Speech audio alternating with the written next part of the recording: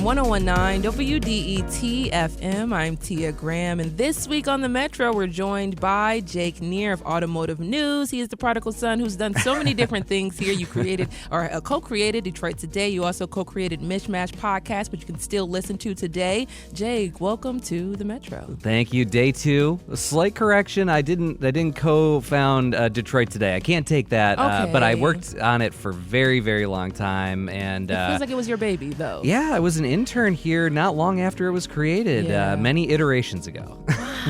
Wow. Well, Jake, once again, welcome to the Metro, and what's happening on the program today? Oh, we've got such a great show coming up. I mean, we're going to be talking about whether or not this is the right time to buy an EV. There have been so many pain points for consumers and the auto industry, generally speaking. So we'll have my amazing colleague Hannah Lutz on to talk about the market, and we're going to be actually opening up the phone lines. We want to hear from you about that, and I'm really excited for the last segment. Exactly. Super excited about that. We're going to be joined by saxophonist and Detroit native Marcus Elliot to talk about a new initiative he has with Detroit Parks Coalition. They just received a grant to really bridge out this really cool series of curated music that they're looking to do throughout the city of Detroit. So excited about that as well. And once again, if you are interested in the EV car market, you can give us a call during that segment. It's 313-577-1019. One more time, 313-577-1019. Now, coming up on the show right now, President Joe Biden. He is known as the most pro-union president since Franklin D. Roosevelt. That's not for no reason. During his time in office, he encouraged Amazon workers in Alabama to vote to join a union. In 2022, he released a report laying out 70 policies that could strengthen unions. And in 2023, he became the first president to walk a picket line alongside the UAW. It was no surprise then that the UAW supported Biden for his re-election bid. But when he stepped down, there was a question about what the union would do. Last week, they threw their support behind Kamala Harris to discuss why and how she plans to persuade some UAW members to support Harris over Donald Trump. We have LaShawn English here. She is the Region 1 Director for the UAW, including Huron, Lapeer, Macomb, Oakland, St. Clair, and Wayne counties. Director English, thank you so much for joining us on the Metro. Thank you. And we should also note that many WDET reporter or employees, including our reporters, are part of a union that is under the umbrella of the UAW. Now, Jake, you had this first idea. Yeah, so LaShawn, before we get into the UAW's endorsement of Kamala Harris herself, big news of the morning is she's picked Minnesota Governor Tim Walz to be her running mate. What's your reaction and the UAW's reaction? Well, as you know, the UAW were, those are two picks that we really were pushing behind to get. So we're very happy in those choices. So, Andy Beshear, which we love, he's been a strong shooter. But, hey, Tim has been right there, too. He also has been on the picking line with us, too. So great choice. Great choice. And as this selection process played out, I know the UAW and other unions had a lot of concerns about Mark Kelly as a candidate. Were there any assurances made that someone like Mark Kelly either wouldn't be included or that he would somehow change his stance on some pro-union legislation? So I would say that's above my pay grade. Fair enough. Fair enough. Above my pay grade. Yeah. So with me, no. Maybe with President Sean Fain himself, but not with me as the region. Got it. Yeah. Yes. And of course, Mark Kelly, senator out of Arizona, widely considered to be one of those. But it is Tim Walz, governor of Minnesota. And we'll be hearing a lot more about that, I'm sure, throughout the day. Oh, throughout the day. And hopefully from the Metro in the coming days, we can get a little update from the state of Michigan as well. It's the feels of what's happening around us here. But as we continue on, I understand that the UAW had backed President Joe Biden before he dropped out of the race. So why is the UAW supporting Harris now that Biden is out of the race? So one of the things why we are supporting her is because she's been a strong supporter of unions. She continued to fight for unions. And also in 2019, she walked the picket line when it wasn't very popular by most. But she was here and she walked the picket line. So she's a strong fighter for women's rights. She's a strong fighter for elder care. She's a strong fighter for workers in general. So we need someone that's going to fight. So with that, it made it easier to do the transition between her and Biden. And Biden has said that he's the most pro-union president in American history. What do you make of that statement, and how much do you think that sentiment should be attributed to Harris and her campaign? So He is a very strong union president, I would say. I mean, everything that the man makes, everything the man, as far as his campaign, came from unions. He's like, gave out hats. I would say this is the crazy, because he did come to my region and spoke to the membership at my region hall. And everything that he had on, or everything he did, was either made by Americans and made by union. So with Harris, everybody know, the second person in hand, the person that's right next to you, they're always in your ear. They may not get the spotlight as much, but again, normally if he picked her as his right-hand person, he's having conversations. And I'm sure that her record alone has proven that she's fighting for all American workers. She's showed it over and over again. So their relationship, I'm sure that she's had those conversations with Biden. And just expanding off of that a little bit, you were talking just about Biden and being pro-union. What experience have you had with previous presidential campaigns, or presidents in general, that you've seen and didn't care for in particular? Well, we can say in 2017, there was a person who was the president at the time, stated to the Lordstown people, hey, don't sell your house. He told those people, don't sell your house in Lordstown. But then in 2019, when we went on strike, he was nowhere to be found. He did nothing to save those people. And those people had to sell their house. And they had to leave. And then also in my region, he went to a non-union during our strike, and had paid people to go to that rally at a non-union shop, which is his friend, and paid people to say they were auto workers. That's a boss move. That's not a workers. That's a boss move. A billionaire trying to buy votes. But that president has not been in the labor movement, has not done anything for the workers.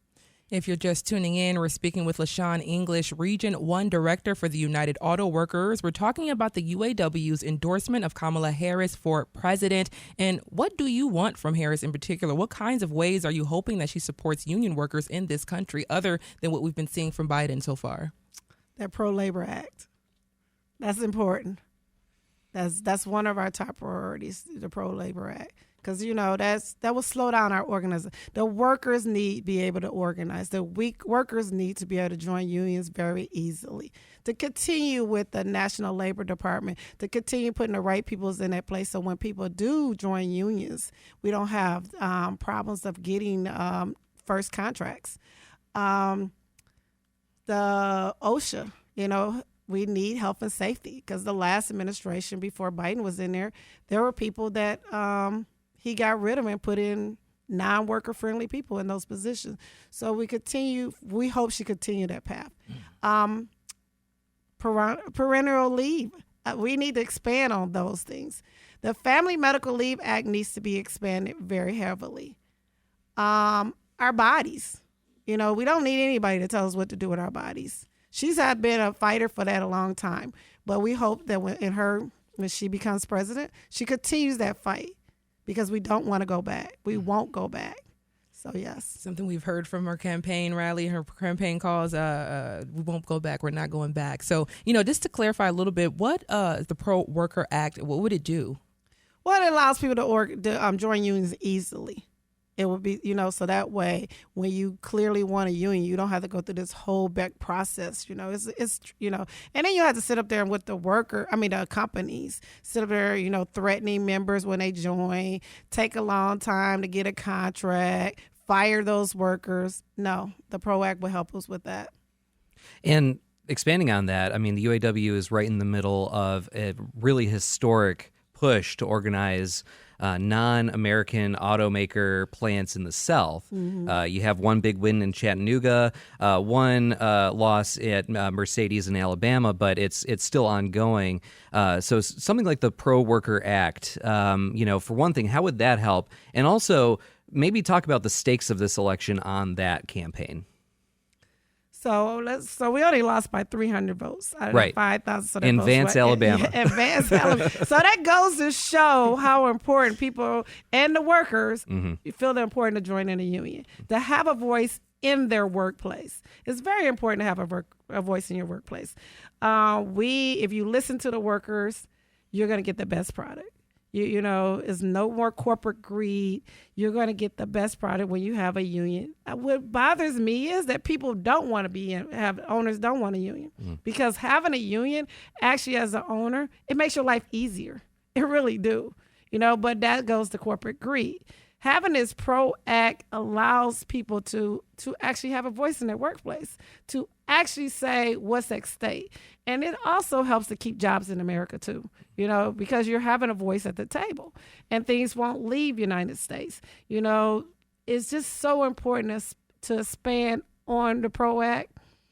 It's just for all laborers. I mean, you got the Amazon, what were they riding around in non-air conditioned trucks? Air-conditioned. That don't make no, you know, that wouldn't happen when you have a union. You get what I'm saying? You can say, hey, we need trucks. But when the billionaires own everything and there's no union, he don't care if you pass out and die in that truck. So with the PRO Act, that helps. And it also helps us to organize in the South. It also helps us to organize where you have in Alabama, where the politicians who don't even work in those plants clearly was fighting harder against the working people that live there and keeping their corporate greed themselves. So it's important. So UAW President Shawn Fain, Jake brought him up just a little bit earlier as well. You guys were talking a little bit about that. UAW President Shawn Fain has criticized Donald Trump, saying that he would, quote, be a complete disaster for the working class, but a lot of people in the UAW support Donald Trump. I want to play a clip of a CNN reporter speaking with some UAW workers who support Trump. Does Kamala Harris getting in the race change the equation at all for either of you? Change it, it ruins it. If she gets in, we're done. So done with what? America's done for. And, you know, just listening to that, what do you think of UAW members who support Trump?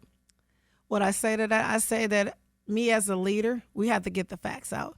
And my job is to make sure that the membership are given the facts. Sometimes our members are not given the facts, and that's my job. That's the job as a leader. And once we give out the facts, at the end of the day, is no choice. The right choice is Vice President Harris. But we have to teach our membership and show them, and we will be. And that's going to be our objective right now. Yeah, and what are you doing now to persuade UAW members who support Trump, or not even necessarily persuade them, but I guess you can say give those facts? What are some of the other things that you all are doing to kind of, I guess, inform? Well, we're starting a big campaign, which, of course, we got the rally here Wednesday. We're expecting quite a lot of people from UAW members to be here. And we're actually publicizing that, making sure everyone comes out. So that's going to be the start and the kickoff. Where is it going to be? It's going to be here in Detroit. Okay. Yeah, she's going to bring her new vice president with her in Detroit. Right. That's what's been quoted. So definitely that's one of the things we're going to start from there. But once then, we're going to start rolling out campaign. Just like we did that stand-up strike, stand up and show out, we're going to stand up and teach our membership. We're going to show them the difference. We're going to show them the comparison. You know, during the stand-up strike, that's what we did to get our members mobilized and engaged. I can't say that we're engaged at the beginning, but once that stand-up strike, so it's no different in that. You have to be getting out there and showing people the facts. You can't leave them with the information out there when they don't know. I love it so much. I think that's the perfect way to end it off. LaShawn English is the Region 1 Director for the United Auto Workers. LaShawn, thank you so much for joining us on the Metro, and keep us informed what's going on with you all at the UAW and everything happening as we get towards the election. So thank you. Thank you so much. Thank you.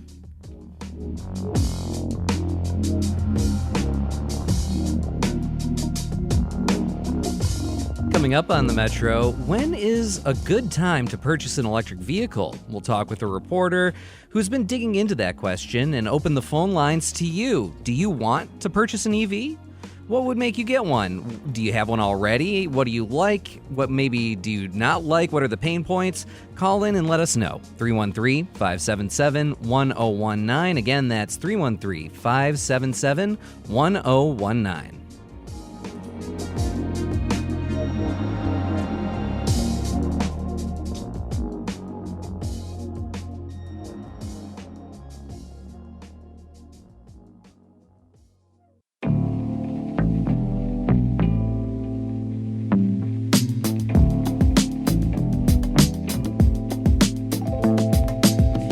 Metro on 101.9 WDET FM. I am Tia Graham, and I am here with Jake Neer of Automotive News. And Jake, we have another conversation talking about EVs today. That's right. So Tia, yesterday I asked you, have you ever thought about getting an EV? Are you interested? You said, yeah, like I would like to get an EV. Yeah. But now I want to ask you, what would keep you from getting an EV? What are the things that you'd be concerned about when it comes to pulling that trigger? Right now, I talk to people often about this. I guess you can say I talk to Sam Corey often about this. Of but course. it's the infrastructure or the lack thereof. I get nervous that maybe I go too far out and I don't have a charging station near me, or it takes too long because it's not a fast charger, so I'm hooked up for 24 hours. There are so many different things like that I'm worried about. So hybrid is something I'm leaning towards a little bit more because it has the capability of, gas and electric. But Plug-in hybrid, traditional? Yeah, plug-in. Yeah, there you go. And that's something that I'm definitely looking forward to, but just the lack of infrastructure right now is just really, You are not alone, Tina Graham. You are not alone. But now turning to you, listener, what do you love about the car you currently drive? Maybe it's the power of the engine, maybe the practicality that allows you to move you and your family from point A to B. Also, what do you maybe not love so much about your car? Is it the cost, the lack of reliability? If that's the case, maybe it's the negative environmental impact of burning gasoline if you're still driving a gas-burning car. It's the gas. Yeah. Those things might get you thinking about your next car. What do you want out of your next vehicle purchase? Are you considering an electric vehicle maybe? We're opening up the phone lines for this part of the show to take your calls. Are you thinking about getting an EV, or have you thought about getting an EV? What do you like about that idea? Or maybe what makes you nervous about it? Give us a call at 313-577-1019. Again, that's 313-577-1019. And here to help us get a clearer look at the current landscape of electric vehicles is my colleague, the one, the only, the incredible Hannah Lutz, Deputy Editor for Tech and Innovation at Automotive News. Hannah, welcome to the Metro. Hi, Jake. So happy to be here. Thank you. Absolutely. So let's just start with the big question. If someone's thinking about whether this is the time in the middle of 2024 to consider buying an EV, what are some of the things they should know about the current EV landscape? So there's a lot to know, actually, because it is a very different purchase experience and ownership experience compared to a gas vehicle. We did a big project recently on the economics of owning an EV, and it stemmed from a couple of ideas that I heard in the EV space that really seem to contradict each other. So one is that EVs are much more expensive than gasoline vehicles, and the second is that EVs cost less to own than gasoline vehicles. So at Automotive News, we set out to determine which one was true, and it turns out that both of those statements can be and are. EV prices are higher than comparable gas vehicles, but the cost of ownership really depends on where you live and what you buy. So if you're buying an EV that has a competitor, something similar in the gas vehicle segment, in most states, you actually will spend less money over 5 years on that EV. Yeah, I mean, it's what's interesting about what you found in that great reporting is that, the complicated nature of it and some of the things that might surprise folks. But what are some of the other, obviously there's a lot of factors that come into play here other than just that sticker price. I feel like American consumers are often less focused on that overall cost of ownership question and more focused on that monthly payment. How much is coming out of my paycheck every month so that I can just, drive my car every day? EVs have been more expensive, as you mentioned in the past regarding the sticker price. But is that changing, and are more affordable options on the way? Yes. So in terms of the sticker price and that big monthly payment, which is a driver of so many vehicle purchases, EV or gas, that is going to come down. And that's because of really big incentives. The incentives on EVs were like $9,000 last month. So it's really significant. And also automakers are starting to offer less expensive EVs. So when they started launching these types of vehicles, it was like the GMC Hummer or the top trim of the Ford F-150 Lightning, or, luxury brands with their expensive models. Now we'll see the Chevy Equinox that's on the way, starting at around $35,000. And then we'll see like the lower trims of the EVs that are already on the market. So the costs will be coming down just with more variety and more incentives, including the federal tax credit, which if the vehicle qualifies could end up being $7,500.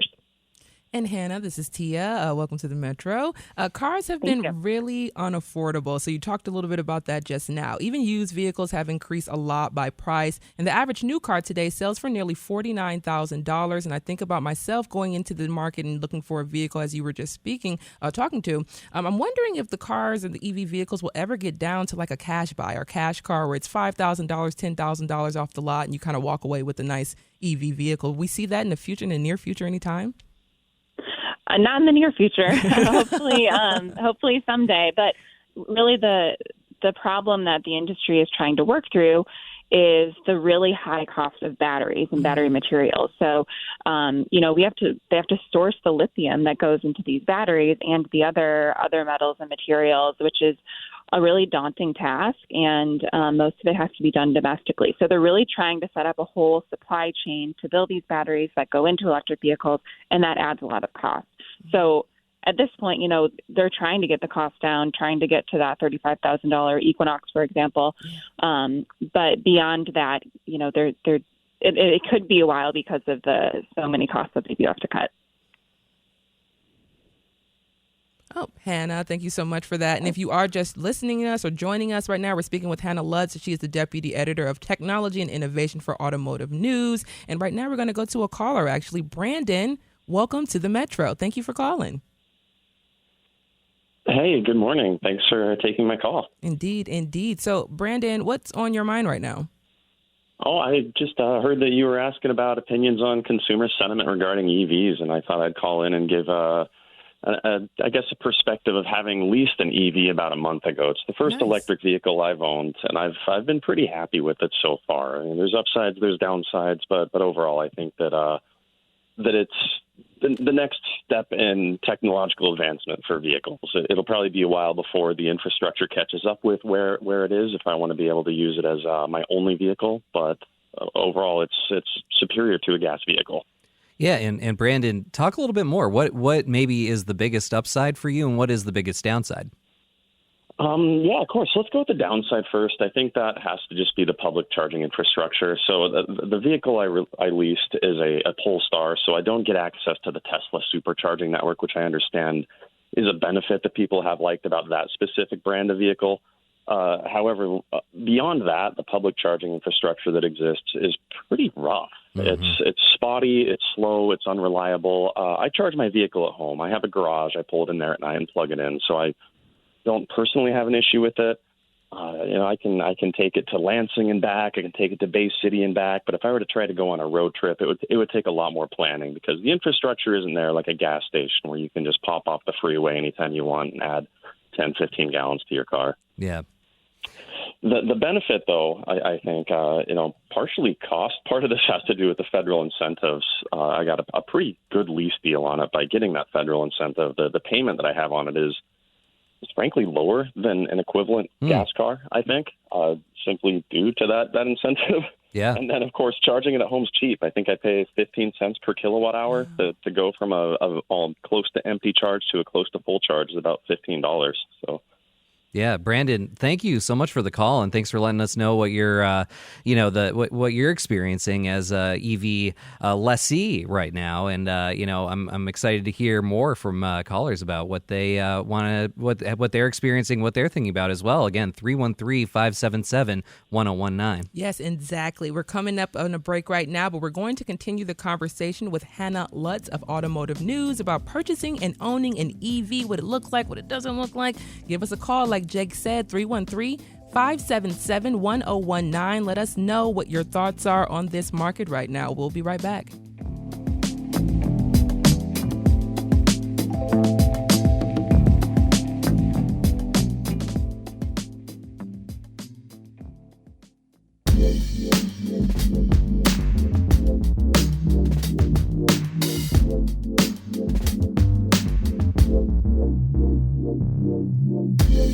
Welcome back to the Metro right here on 1019 WDET-FM. Jake Neer, we're powering up for the second half of this conversation. I see what you did there. I got that from Dave Lyons. That's right. We've got my colleague from Automotive News, Hannah Lutz, the deputy editor of technology and innovation for Automotive News. And Hannah, we just took that call from Brandon before the break, and of course, not surprisingly, the biggest pain point for him as an EV driver now is that I word, infrastructure. That's been a major pain point for EV owners and overall adoption as well. And it's something that you have covered extensively in your reporting. Is the charging landscape getting any better at this point? What does that kind of look like in 2024? Yeah, I'm really glad that Brandon brought up home charging also, because that's a big benefit to EV ownership and always a cost saver. But for the public charging infrastructure, so what you might think of when you think about a gas station, it can be pretty grim. J.D. Power had a study that said 20% of charging attempts fail. So that means they aren't completed for any reason. It could be slow, there could be a line. But they fail. But overall, the infrastructure is improving. Some of the big charging companies have made charger reliability a focus this year. So they've repaired or replaced a bunch of the chargers that were broken. And then the charging network is also expanding. So there are federal funds through NEVI that will support fast chargers along highways. And they have to be in 50-mile increments. So if you want to take a highway road trip, you should have a fast charger every 50 miles. So travel centers like Pilot Flying J, Love, Sheets, those types of companies have been getting a lot of those federal funds. And then also the automakers have developed a joint venture. It's called Iona, and it's 8 of our major U.S. automakers. And they plan to install chargers starting this year, and then eventually 30,000 they want to have in the ground by 2030. So it's not in the best shape right now and in the past few years, but it is getting better and getting better quickly. And also the other big advancement here is that a lot of the existing automakers, a lot of the legacy automakers, I should say, are now adopting Tesla's charging port, correct? And that could be a big help for current EV owners who don't own a Tesla. Can you talk a little bit about how that's working out and what that might mean for the market as soon as, I believe, this year? Yeah, so that'll be a big benefit as well. The Tesla supercharger network is known to be the most reliable. Tesla drivers really love using that network. It's really accessible to them, and it works. So it's good that drivers of other brands will be able to use it, yes, starting this year. Right now, some other brands are able to use it with an adapter. The plug that is built into other EVs doesn't match the Tesla plug or the Tesla charger, so they can use an adapter to use those chargers. But eventually, I believe starting next year or the following, some of the automakers will actually build their EVs so that they can plug into the superchargers without an adapter. So that will open up the network even more and hopefully eliminate more of that range anxiety. Yeah, we're going to go to a caller right now, actually. So we're going to start with Glenn here. And Glenn has an EV for 2 years. Has had an EV for 2 years, a Chevy Bolt. Loves it and refuel at night when sleeping. Glenn, give us a little rundown about your experience with your EV vehicle. Yeah, it's fantastic because I never go to the gas station. Like I said, it gets gassed up when I'm sleeping, which is fantastic. It's a very peppy car. It's so responsive.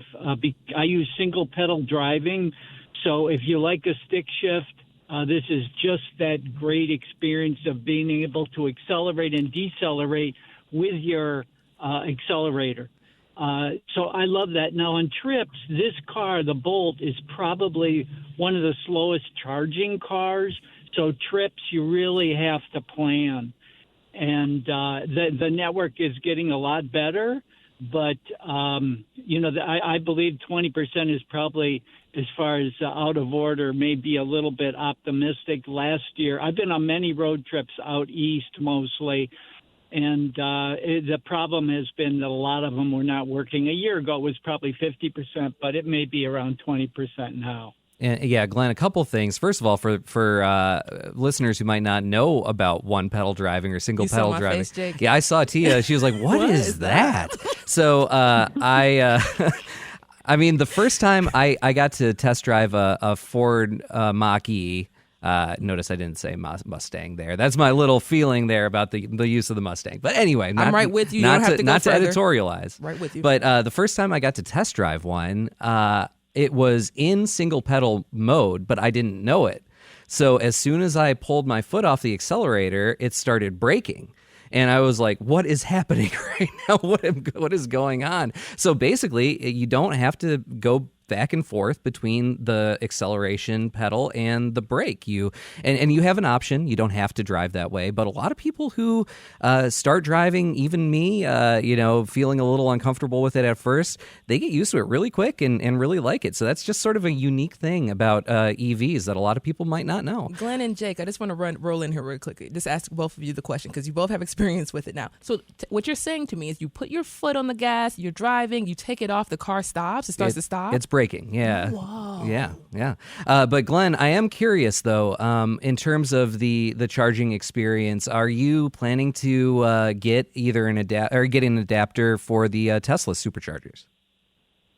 Well, first let me say about the braking situation. When you take your foot off the gas, the brake doesn't get applied. Mm-hmm. It turns the motor into a generator, and you actually are generating electricity and putting it back in your battery. Regenerative braking. You're not using your brake.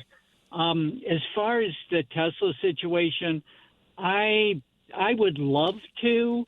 The problem is it requires an adapter and it requires software changes, and I don't think the automotive companies are really going to do the software change necessary to make it happen, because they don't want to extend the life of current cars like Tesla does. Tesla's always updating their software. What they want you to do is go buy a new car that has that feature in it. So I just can't see it ever working for a 2023. Interesting, Glenn. That's a perspective I haven't heard before. But thank you so much for calling in and sharing that. I think we should also try to get to Paul here in Dryden. Paul, you also have some experience in your family with the EVs. Tell us about it. Yeah, my wife is currently driving her second EV, which is the Blazer. We love it. We're definitely in on the one pedal. Mm-hmm. It's fun. It's like driving a little go-kart, But we put in a 28-panel solar array about 6 years ago, so we use that to charge our car. Wow. And I drive a full-size truck, but I drive the four-cylinder turbo. And as a truck driver, I found it does everything I need to do, and I haul a lot of material. But we primarily drive the electric car. When the sun's out, it's free. I mean, we had to invest in the system to begin with, but so when the gas prices have been high, we run the car most times. And then with a long trip, like we took a 3-week trip out east a couple of years ago, 3 years ago, and, we took the truck at that point just because we felt more secure during doing that. I want to get the new truck with the EV truck. I wanted to do the charging where I could charge the truck during the day and then put it back in and run my house on it at night. But I found that at this point, you have to buy this proprietary system to be able to charge both ways. And I think it's another 20. It's very expensive at this point. It's still pretty new technology. I think a lot of people are hoping that we'll see more of that and make it a little bit easier in the future. But yeah, that is definitely an emerging tech trend in EVs and batteries generally. Paul from Dryden, thank you so much for calling in. Thanks, Paul. And Hannah, I want to rope you back in because I know technology within the EV sphere is right up your alley. So if you can, just give us some of the important tech that's in EVs. I just learned something, single pedal braking. I wrote it down. I have question marks. I need to know more about it. So what other tech can we find in EVs that we may not know about? Yeah, the regenerative braking is definitely a big one, very unique to EVs. Otherwise, I think mostly because EVs are new on the market and kind of state of the art, they tend to have the most and the newest technology. Yeah. So it could be like the latest driver assist or, we call at Automotive News, we have a category of coverage that we call software defined vehicle. So any way that software is in your car, an EV probably has it first. It could be for some sort of self-driving feature, driver assist. It could be in the infotainment center, really anything like that. And then with charging too, we were just talking about bilateral charging, so the option to potentially power your house with your car that is emerging, but still not really adopted broadly. It takes a lot of coordination with the utilities and with the automakers, et cetera. But there's a lot of technology on the horizon that could come with EVs. Which is so cool. I love hearing about the new technology in the vehicles and what we can possibly see going into the future, especially for those like myself who are prospective EV buyers one day. So it's great to learn about the technology that's available. But we're going to bring in our last caller here, Michael. And Michael's been driving a Mach-E. Michael, how are you? I'm good. Thank you very much. Michael, I hope I didn't offend you when I made the Mustang comment. Oh, not at all. I will say Mustang Mach-E because I just got a 2024 Mustang Mach-E Rally, which is a new model. You should check it out. Google Mustang Mach-E Rally, R-A-L-L-Y, like rally racing. It's hands down the most exciting and fun car I've ever driven. Mm-hmm. And just in response to the earlier caller, like the Mustang Mach-E that I have does have over-the-air software updates that happen. So it's not all manufacturers are requiring you to come in and buy a new car just to get a new feature. In fact, Ford is moving more and more towards software manufacturing as well as automotive manufacturing. The electric cars are increasingly more and more like little computers or, like smartphones, if you will, on wheels. Mm-hmm. So that's definitely part of the plan. But I so far I love the Mustang. One thing I want to let callers know is also no more oil changes.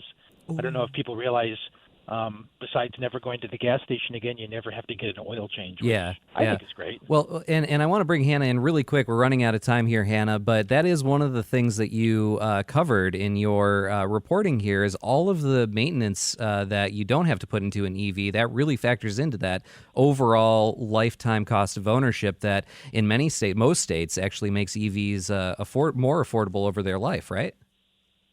Yeah, we looked at, GD Power looked at maintenance and repair costs, also like the price of electricity, which fluctuates more than gas prices and depends on time of day and where you live, et cetera. So there's a lot of factors that go into the savings. And in Michigan, over 5 years, EV owners in Michigan saved about $750 per year, according to a first quarter analysis of comparable vehicles. So that's a big savings. If you're already in the market to buy sort of a luxury priced vehicle, you might save more on an EV.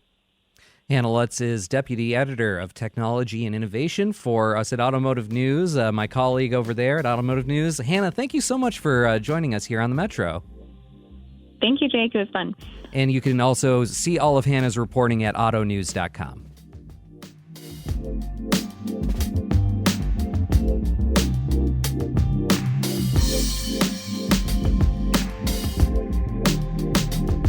Coming up on the Metro, actually, before we go, Jake, the Mustang thing, it hits me differently as well. It hits me right here as a Mustang owner. It hits me. I love that Mach-E car. I mean, it was so fun to drive. I'm not knocking the car. No. I'm just saying it's its own thing. Exactly. Let it be its own thing. And let the pony be its own thing. Coming up, we'll talk about a new initiative to bring art to residents at city parks. You all stay right there.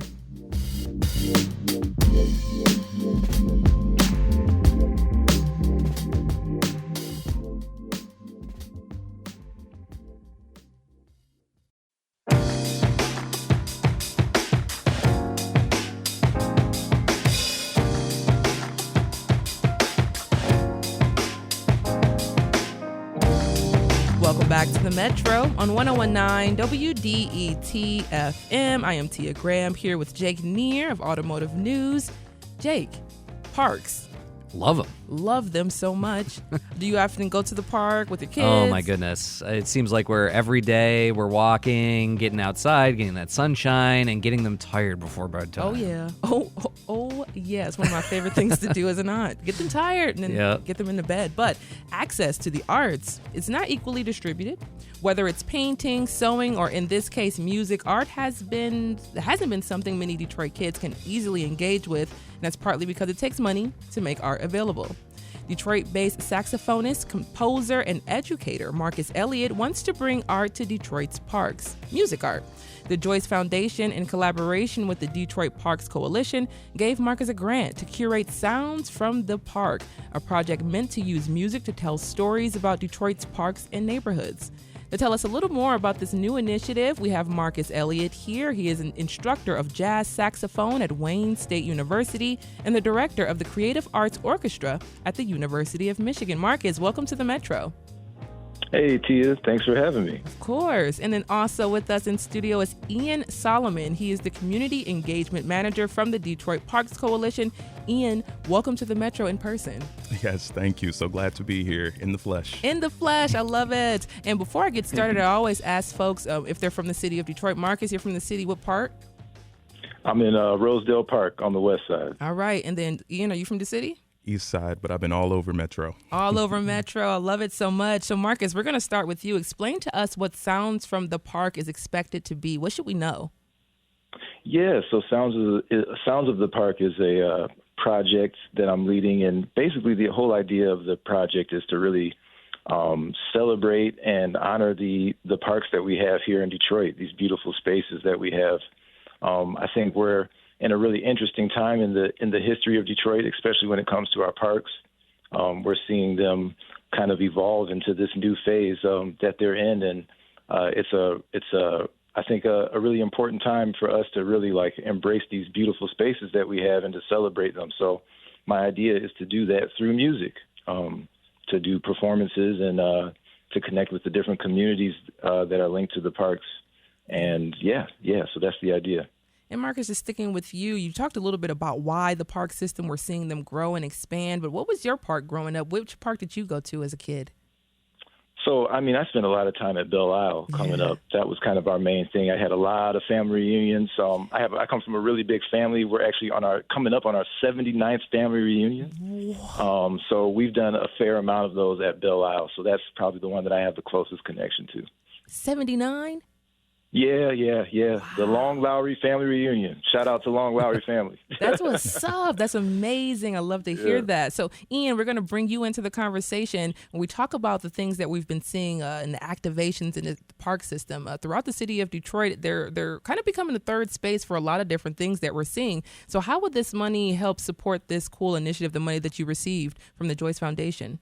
Oh, it's going to do amazing things. So DPC, the Detroit Parks Coalition, we're a diverse group of park leaders, community stewards, and we're working towards supporting healthy, equitable, and vibrant parks in the city. And so we understand the role of not only programming, but arts and culture in achieving that mission. And so having this money to have Marcus not only visit these parks, but engage with them deeply and kind of get this creative snapshot of the parks where they are now, and then offer it to people so they can come to these parks and there's this accessible, beautiful music. If you've heard Marcus's music, it's an absolute blessing. So we're just so grateful to be able to team up with the Joyce Foundation and collaborate with Marcus to bring this really exciting and creative project to the parks. It truly is. And just like you were saying, Marcus is an amazing musician as well. You can go WDET.org, search Marcus Elliot. You can find all interviews and music that we've done throughout the years with Marcus Elliot because he is like a favorite here at WDET. So Marcus, bringing you back in, musically speaking, why is it important to curate compositions for specific parks? Because, Rouge Park is different from Belle Isle, and Belle Isle is different from Palmer Park. So why is it important to curate them to those specific areas? Yeah, well, one of the things that I'm going to be doing with these compositions is there's 5 different parks that I'm going to be kind of focusing on, and the themes that I'm going to be celebrating are really themes that we see in all parks, but that certain parks may highlight a little bit more than others. So, ideas of like joy or community or beauty. These are all elements that all of our parks have. But as I get to know these parks, I'm going to see just kind of which one of those elements speak more to me in those places, and that's kind of how I'll be curating the music for that park. If you're just tuning in right now, we're chatting with Ian Solomon, the Detroit Parks Coalition Community Engagement Manager, and Marcus Elliot, saxophonist, composer, improviser, educator from the city of Detroit, talking about a new grant that Detroit Parks Coalition and Marcus received to bring art, music to the city of Detroit's parks. And you said 5 parks throughout the city of Detroit. So Marcus, why is it important to bring these community outlet events to our neighborhoods and give love to the neighborhoods? I mean, I think it's important for multiple reasons. If you've been to any of these parks recently, you've seen all of the investment that's been put into these parks, and these investments have been done by the communities themselves. And to me, that's something that's really worth celebrating. The community stewards of each of these parks are people that really care about these spaces, and they know the importance of them. So to see the amount of work that they've put in is something that I feel like is worth celebrated. And it's also something to, let the people here in Detroit know, like, hey, these parks are here. They're for us. You don't have to drive 100 miles somewhere to go to experience a beautiful park. Like, you can come right here to some of these parks that we have here. Yeah, and Marcus, this is Jake Neer with Automotive News. I'm curious, talk about the importance of access here, too. With music, do you see this as being a class issue or financial issue versus actual sort of interest? Yeah, I think I see this really as, once again, just like an invitation. I think that it's these spaces that we have here in Detroit. Like I said, they're right here, and they're these spaces of abundance. You don't have to work for them. You don't have to, you don't have to pay a bunch of money to get to these parks. They're accessible to everyone, and I think that's the thing that I really want to highlight is just how accessible these parks actually are. And the more that we can continue to visit them and invest in them, the better that they'll become. So. Yeah, I think about some of the things that I see happening within some of our neighboring communities, whether it's Westland or Ypsilanti or some of the other places. I'll see jazz in the parks often every week, once a week, or I'll see different things happening. So to see it happen in the city of Detroit has been really, really, really powerful to see. So Ian, just bringing you back in before we get down to the end of this, what is it like to bring these type of program or bring this type of programming to our neighborhoods and our city parks? Oh, it's such a blessing. I'm so grateful to be a part of the Detroit Parks Coalition because, while we do have this incredible project with Marcus, we're on our 3rd year of the Freedom Arts Festival. And so that is, citywide programming that, we distribute funding to these different parks to put on their own, festival for arts and culture. We don't tell them what to do. We just hand the money over and say, hey, do what your community, what your neighborhood would want. Our next one is coming up in Palmer Park this weekend, August 10th. So that'll be amazing. Palmer Park always has a smash hit on them. So it just feels great to not only improve our parks, but bring new things into them and have people, really shift that narrative around Detroit's parks because they're enjoying it. Indeed, indeed. I want to say thank you both so much. Ian Solomon is the Detroit Parks Coalition Community Engagement Manager. Ian, thank you so much for joining us on the Metro. Thank you for having me. And Marcus Elliot, who's been on the station so many times. He's a saxophonist and instructor of jazz saxophone at Wayne State University and is the director of Creative Arts Orchestra at the University of Michigan. Marcus, thanks for joining us on the Metro. We know we'll have both of you back soon. Thank you so much for having me. Indeed, indeed.